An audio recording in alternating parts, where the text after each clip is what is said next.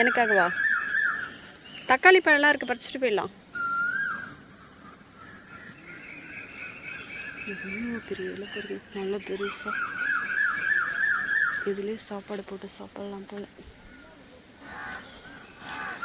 இங்கே பாருங்க எவ்வளோ பெரிய இலை, செம்ம பெருசா. வாழை இலை மாதிரி இருக்கு. தங்க தக்காளி பழம், தக்காளி பழம்.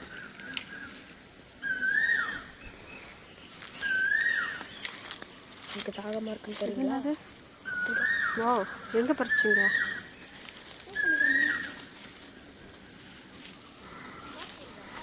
நானா பூசணிக்காய் பார்த்துட்டேன். இது என்னது? சொரக்கா முத்து போய் கிடக்குது. முத்து போயிடுச்சு சொரக்கா. அது இருக்குது, இது ஏதோ இருக்க வச்சு பார்க்குறேன்.